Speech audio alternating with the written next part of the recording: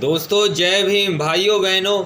जैसा कि आप सभी लोग जानते हैं, हमारा उद्देश्य है बाबा साहब के मिशन को डोर टू डोर पहुंचाना और समाज के अंतिम पायदान में रह गए व्यक्ति को मुख्य धारा से जोड़ना। जो 75 सालों में भीम मिशन आज भी घर घर तक नहीं पहुंच पाया है, उसको हमसे जितना हो सकता है हम उसको पहुंचाने की कोशिश करते हैं। चाहे ओपन मीडिया हो या ऑफ तरीके से हो या डोर टू डोर जाना हो, हम मिशन को घर घर पहुंचा रहे हैं और पहुंचाने का काम कर रहे हैं आज के, और बाबा साहब के इतिहास को भी पहुंचाने का कार्य कर रहे हैं। दोस्तों आज हम आपके लिए लाए हैं वेटिंग फॉर वीज़ा नामक पुस्तक से मजबूरी में सराय में टाइटल से। दोस्तों बाबा साहब मजबूरी में सराय में रुके, इस टाइटल को आप लोगों के सामने लेकर आए हैं। भाइयों बहनों,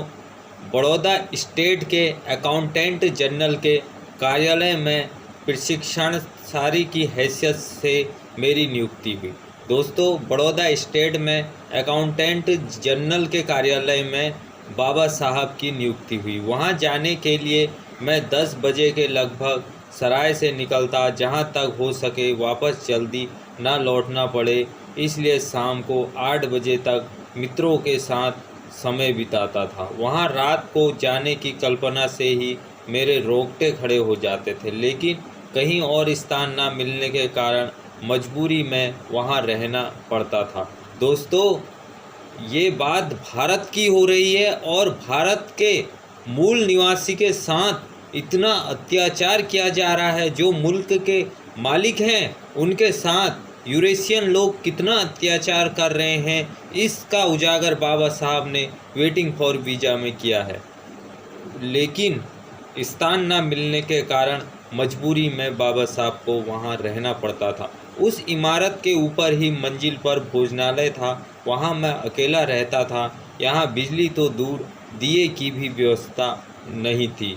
पारसी व्यवस्थापक मेरे लिए शाम होते ही एक लालटेन लाकर रखता था, लेकिन इसका प्रकाश 1 इंच से दूर तक नहीं पहुंच पाता था।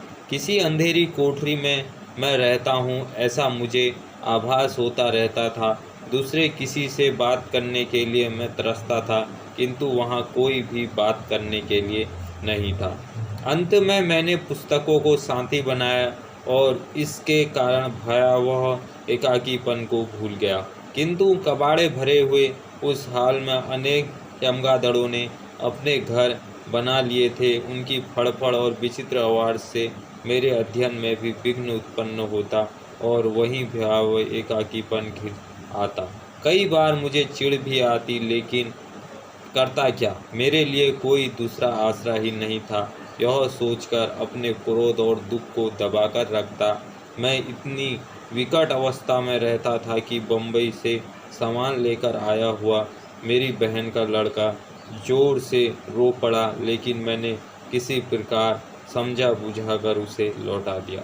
ऐसी परिस्थितियां मैं वहां एक पारसी के रूप में रहता था, लेकिन अधिक समय तक ख्यालु नहीं रह पाएगा, यह मैं जानता था।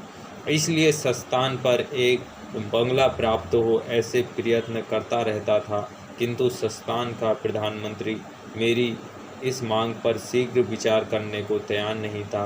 बंगले के लिए दी हुई मेरी अर्जी एक अधिकारी से दूसरे अधिकारी के पास घूमती रही और इसी समय मुझे एक अंतिम घटना को भोगना पड़ा। दोस्तों बाबा साहब के ऊपर क्या बीती, बाबा साहब को कितनी परेशानियों का, दुखों का, मुसीबतों का सामना करना पड़ा, वो उन्होंने वेटिंग फॉर वीज़ा नामक पुस्तक में उजागर किया है। जब भी आपको मौका मिले ये पुस्तक को ज़रूर पढ़िएगा। भाइयों बहनों, हम आपके लिए बाबा साहब के इतिहास को लाते रहेंगे। जय भीम, जय भारत, नमो बुद्धाय। हाँ, हमारे चैनल को लाइक सब्सक्राइब करना ना भूलें और शेयर करना तो बिल्कुल भी ना भूलें, जिससे बाबा साहब का इतिहास और ज़्यादा लोगों तक पहुंच पाए। जय भीम, जय भारत, नमो बुद्धाय मित्रों।